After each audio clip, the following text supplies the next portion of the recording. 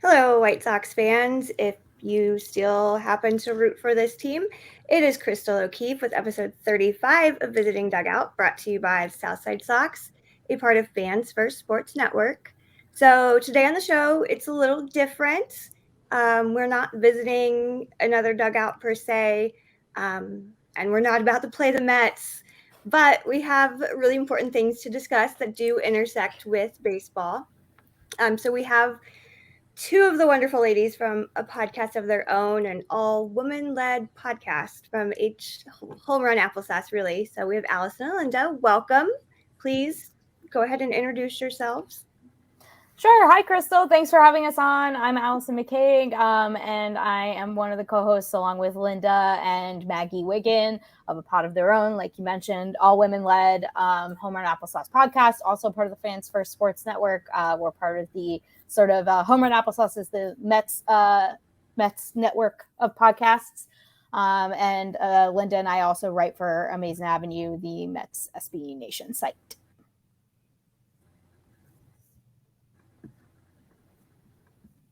Right. And Linda is super cool and was recently dressed as Barbie.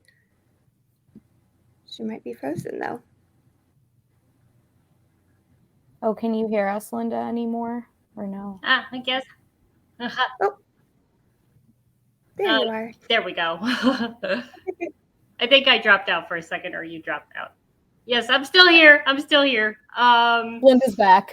My name is Linda. I'm also a co-host with Allison. Yeah, here I am. I don't know if I dropped out. My computer's been acting weird. But yeah, I'm here with Allison. We co-host A Pod of Their Own with Maggie Wiggin.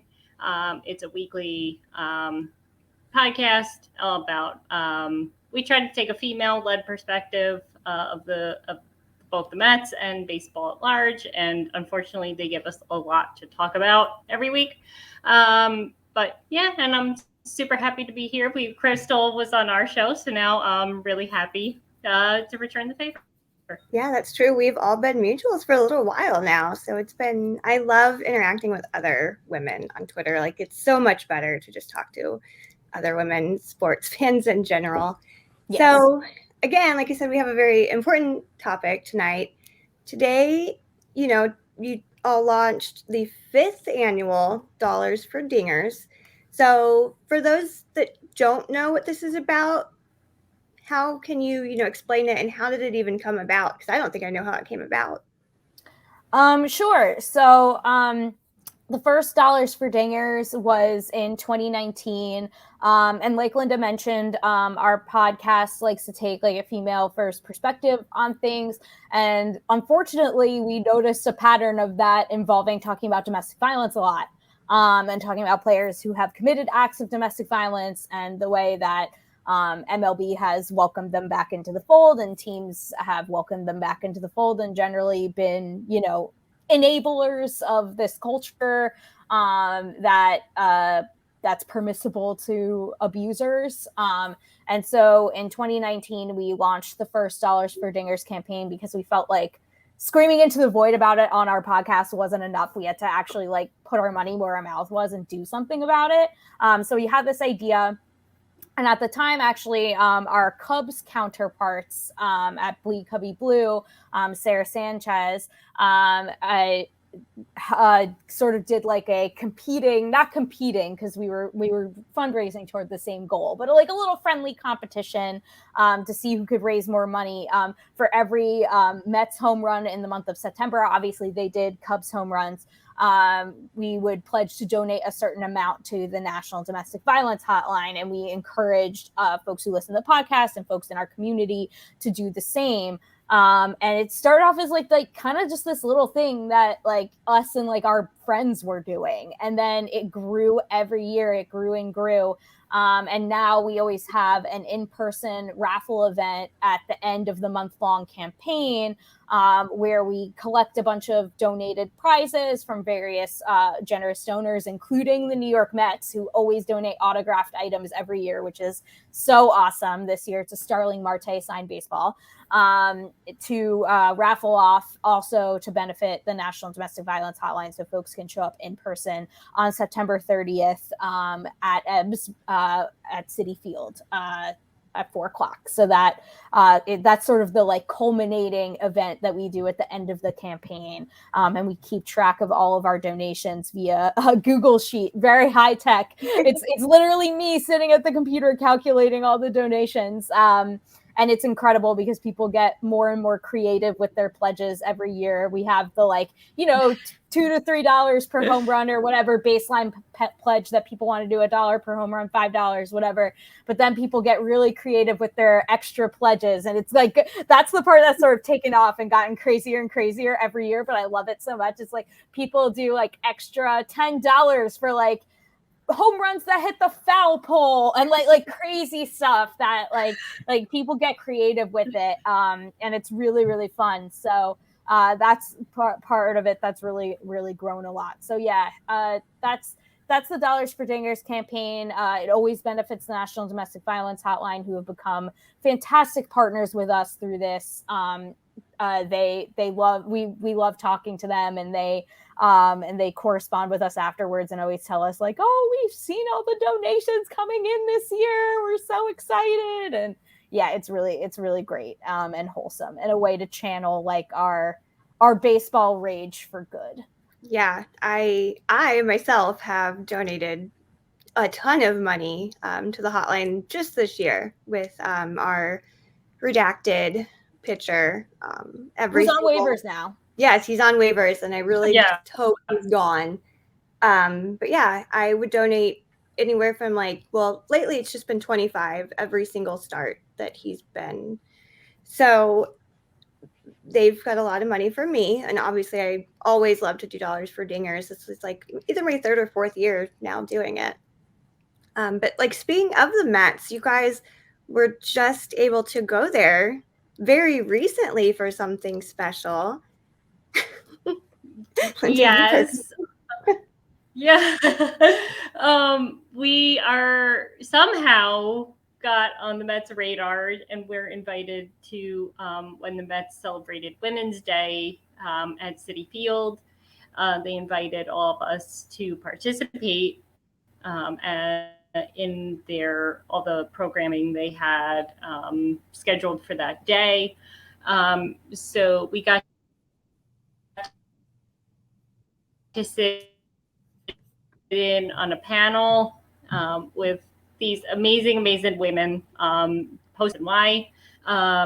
And we had a woman from Cadillac there, a woman from Citi Group, and a woman who works for Major League Baseball. And they talked about mental health. They talked about their struggles in being a woman in the workplace. They talked about imposter syndrome, and it was just incredible to hear that these, really super successful women struggle with like similar things that we all struggle with. And so it was just awesome on that level, that they were so relatable and so giving of their time, and like they were willing to like chat with you after the panel. And then also Mrs. Met loved our floral hats. So that was also a highlight of the day. She came running over and was like pointing at her head. Like, yeah! And then she gave us like a thumbs up. And then we got to sit in like one of the suites afterwards. So, I mean, I feel for you White Sox guys, because me and Allison were discussing this on our recent podcast, because we think Alex Cohen, Steve Cohen's wife, her fingerprints were kind of all over this. Mm-hmm. So it does make a big difference when you have an ownership group who's invested into the team, into the fan base, is willing to, bring in, different ideas and honor different segments of the fan bases. And so it was really like Allison said on our last podcast, she was like, the game didn't even matter at that point. Like we were just like over the moon, like in like it was like one of the best days at the ballpark. And then they put a history of Joan Payson on the first owner of the Mets. So they were, during the game, they made sure, to continue to incorporate women into their into the game. And it was good because I hope there were little girls in that stadium who saw there's a place for them now there. Yeah. And it showed all the women working in the front offices. And, so it was really good to see, people who looked like me, who had growing up, I never had that. I never had anybody I could look up to or relate to. And I'm hoping, now this is just continuing that. And I think this is their second year doing it. And I hope that it'll become a yearly tradition at the end of August every year. Yeah, it looked like they did so much. It was great just kind of living through your experiences with it. I was kind of trying to follow along all evening. But yeah, you're right. There usually aren't very many women in that field at all. Like I think I had maybe like Doris Burke, and that was teenage years before I had like a woman in sports to even watch and pay attention to. So we've come a long way. There's still so much more improvement, but yeah.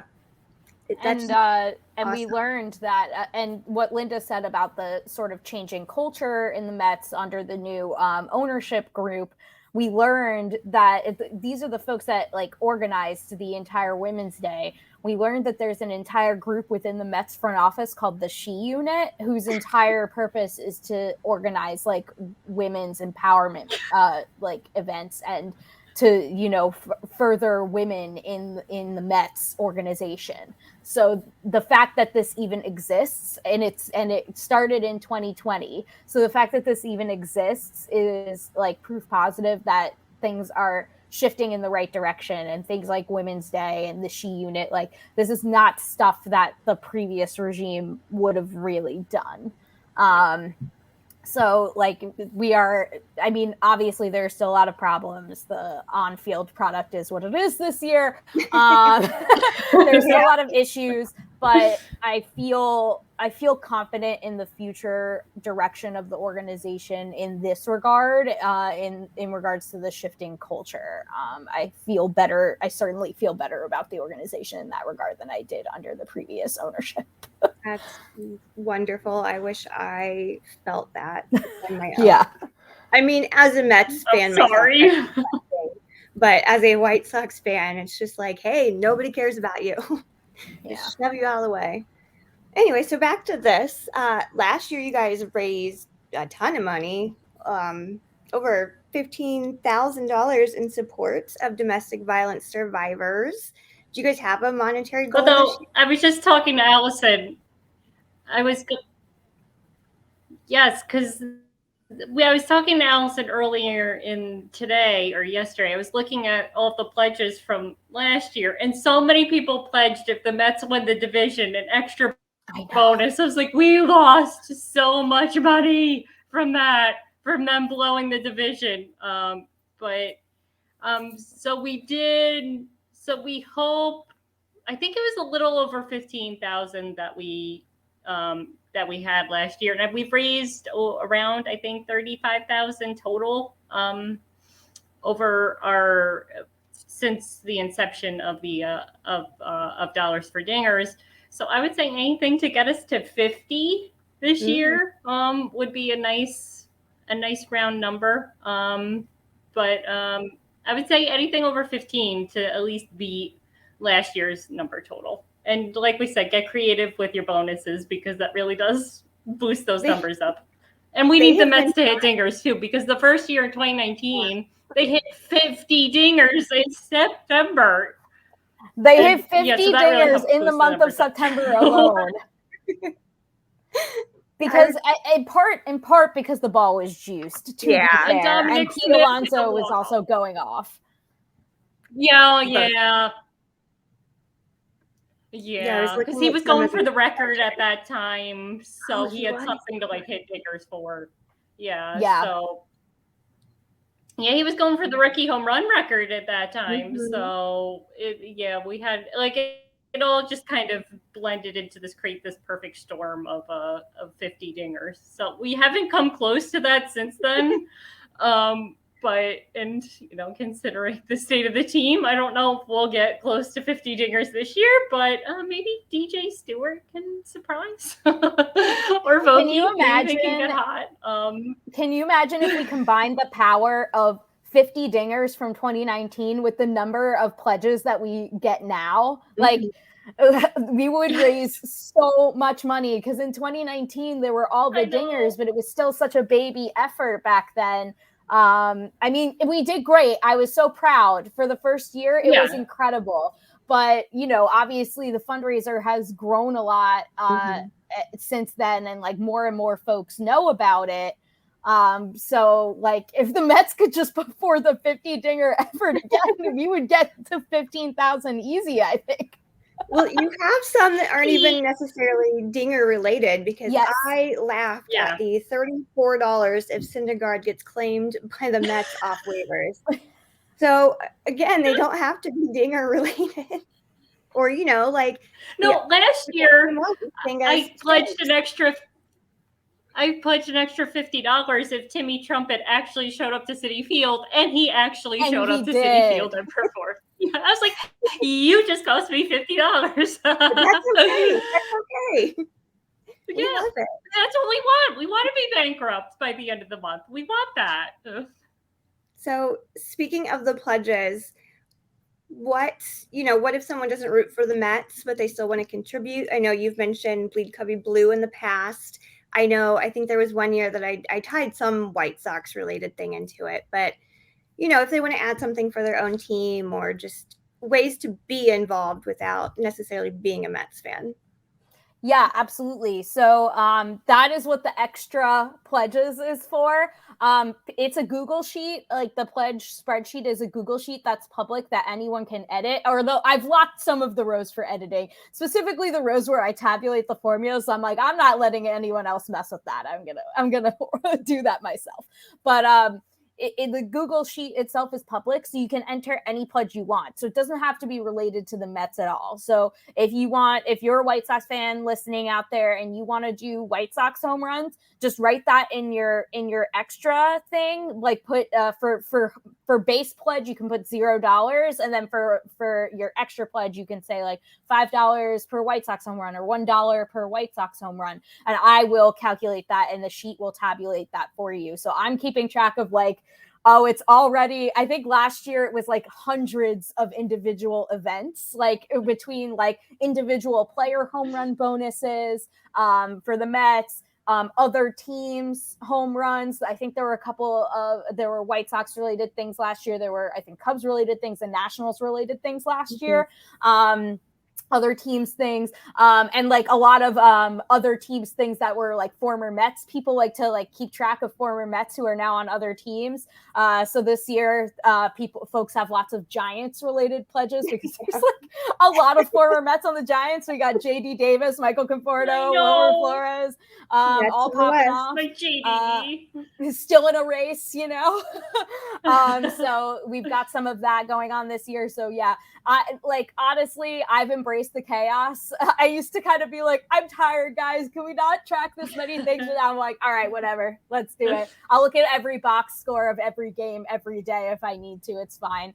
Michael and I, my boyfriend and I have a nephew named Luke. So Michael's sister and his brother-in-law are pledging dingers for anybody in the league named Luke. So now I have to figure out who the Lukes are. Yeah, is it just Luke or Lucas? Good question. Yeah, I don't know. I gotta ask them for more specificity on that, because I know that there's is it both? I know there's Luke Raley on the Rays. He's like the biggest Luke, that like the most prominent Luke hitter that I can think of. He has like 18 home runs this year. No, it doesn't count. Yeah. Unless he pinch hits and hits a dinger. there's no pitcher sitting anymore. So.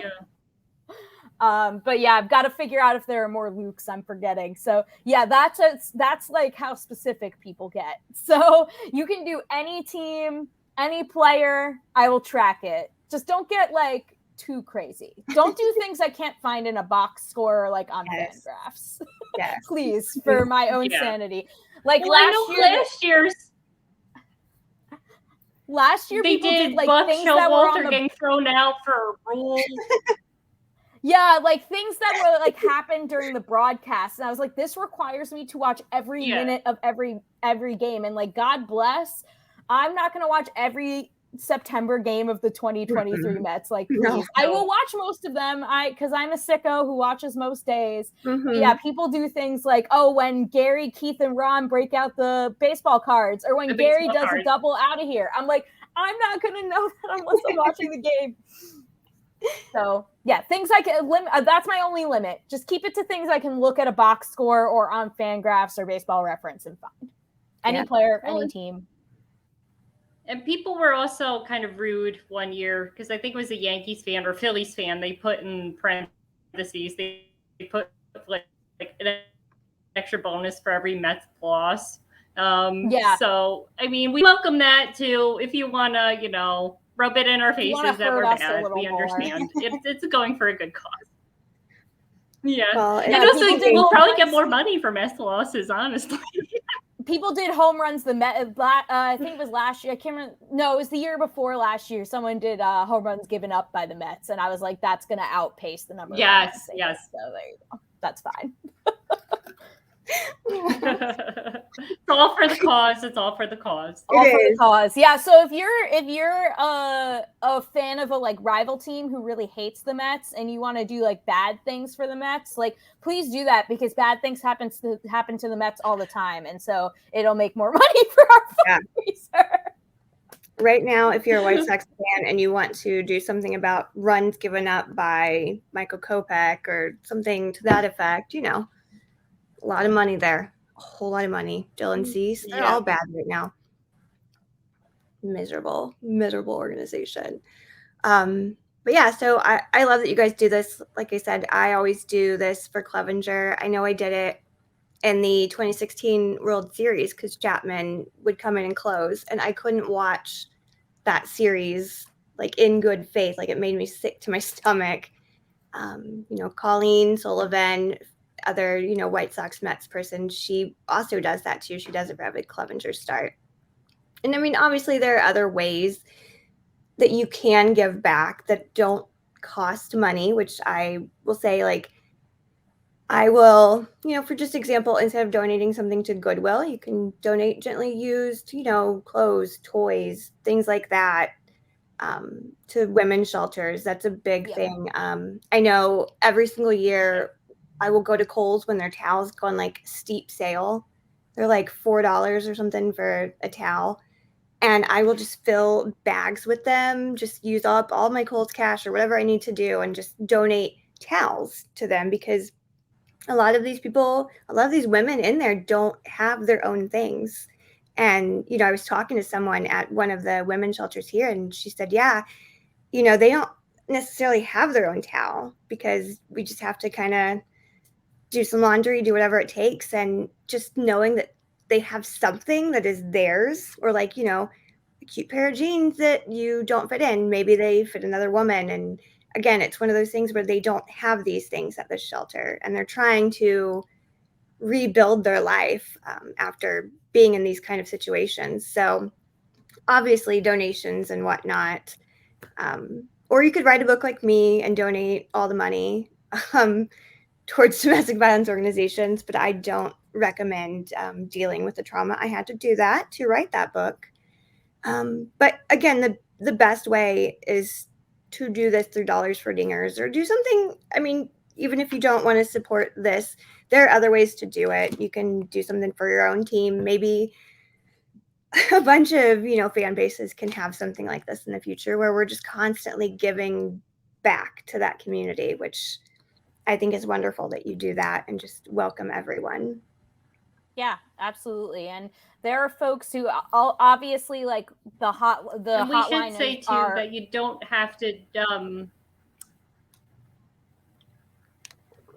the hotline are our partners. You don't have to donate to the National Domestic Violence Hotline. You can donate to one of your local shelters too. Yeah, absolutely. We've had folks Which in the people past have done pick in the their past. favorite, pick their favorite local shelter or domestic violence organization that's more local and donate to them.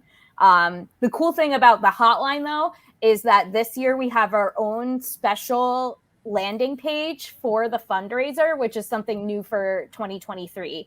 So in the past, we've just had folks like do their own donations, and we'll just have them like in the little memo line that says like, why did you donate today? We have them write a pot of their own so that like they can keep track of like how much is coming in through our fundraiser. This year it should be a lot easier to do that because we have our own fundraising page, which we've linked in our social media tweets and Instagram posts and stuff like that for the fundraiser. So I think it's the hotline.com/Apato. If you go to the hotline.com/Apato, that's where you can, if you're making your pledge at the end of the donation drive, at the end of the month, you can put your pledge, your total pledge amount, which the spreadsheet will calculate for you, in there. And it will automatically go to kind of like the pot of money that they're calculating for our fundraiser. So that's very cool, and very exciting that the hotline did that for us. Yeah, you guys are big time now. Yeah, we got called up to the big leagues. I want to know. I don't want to Yes. know, but I do want to know how much I have just donated just this year alone. I know someone else reached out to me, the White Sox crew, who, they'll bike to the ballpark. It's very accessible that way. They reached out and they were like, hey, we were really inspired by what you did. Can we like share this and like recommend that people do it? And I was like, yes, please. Heck yeah. The more the merrier. And I will always post it for accountability. I'm just like, because Clevenger is pitching tonight for the White Sox, and this is why I'm donating. And most of the time I will address it to Rick Hahn, but now I have to get more creative now that he's gone. But yeah. Jerry Reinsdorf. Yeah, to Jerry, I guess. Or to Jerry. Whoever. To Jer Bear. Oh, insufferable people in this front office.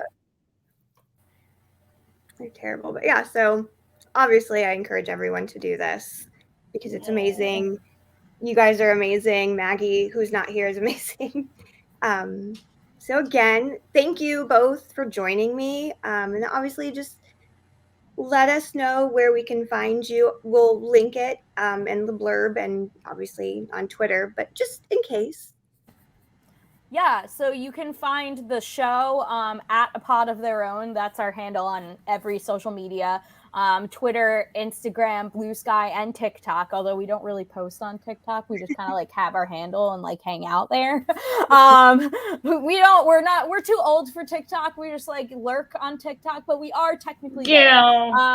But you'll find most of our actual content on Twitter and Instagram mostly, and Blue Sky at A Pod of Their Own. And our pinned tweet right now is the link to the Google Sheet.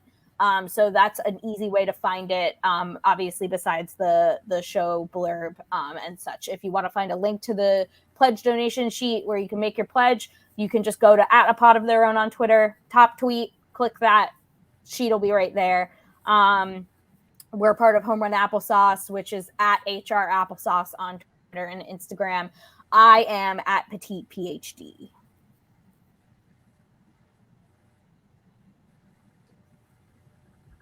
And I am at Linda Surovich. Good. We will make sure that all of those handles are in this blurb that comes out, and we will make sure to share it. I know I try to share it multiple times. The second I see it, I try to do it weekly.